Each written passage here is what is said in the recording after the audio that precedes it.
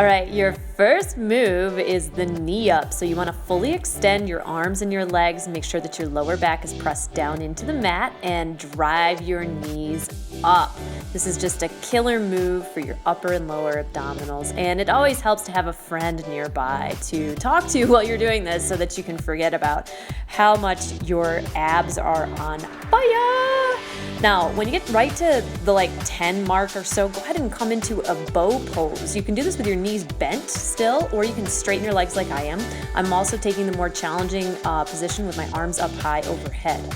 Then I'm gonna come down and still stay in this position where I'm balancing on my sit bones, and then I'm just gonna drive my knees in and out, still keeping the chest upright, core engaged, and you can bring your arms up overhead for a little bit more of a challenge if you want to.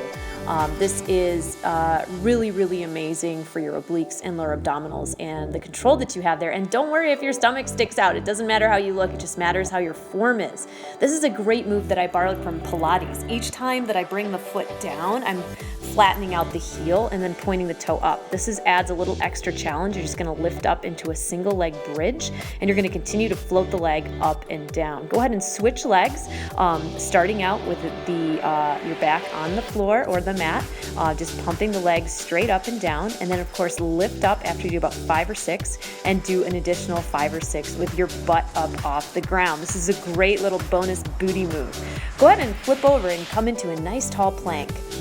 Core engaged. Press it back to downward dog, and you're gonna float it forward to plank again, bringing your knee out to your elbow. Then you're gonna bring it through and under to your nose, and then you're gonna bring it over and across to your opposite elbow. This is just a killer sequence. It's what I call a 3-way down dog, and really do focus on floating that leg up each time and bringing it back down and under your body. Really be mindful of your shoulder alignment over your wrists here, and just go at a nice, strong, steady pace. This position really shows up this awesome, gnarly bruise I got at the gym earlier in the week. I just absolutely love it. So awesome. All right, back down on your back, and again, really engage your core. Flatten out your back here and begin to do some butterfly kicks. So up and down, pointing those toes. Go ahead and elevate your upper body up slightly just to give your upper core a little bit more challenge.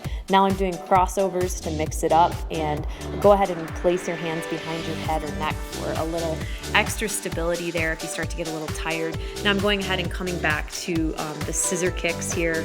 These are just awesome. Really work that lower core and add the bonus of the upper body. Again, it's just awesome having my friend Drew to talk to because he's keeping me focused on not stopping, actually. This is great. So this is, again, another awesome move from Pilates. It's a full roll up. So you're just going to straighten the legs out, and of course you can bend the knees here if this is a little bit too much, but each time you roll down, fully extend your arms out and back, and make sure that your lower back engages. You don't want to have it too arched here. You want to keep that core nice and engaged to really get the full benefit out of this awesome movement. Go ahead and lift your legs now. We're just going to do some lower leg lifts with a slight pelvic hip raise at the top. And again, I have my upper core elevated slightly here, hands behind my head to support me.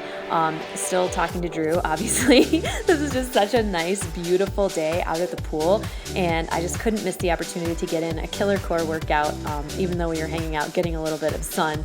Now I'm coming into some very extended scissors, so the feet are coming all the way up, alternating up to 90 degrees, keeping that lower back pressed down and engaged. Next, we're going to do some upper body toe reaches. So keeping the legs up at that 90-degree angle. You can also bend the knees here, just reaching for the toes. And that pretty much completes it. Great job. Thanks for doing this with me. Repeat as many times as you like.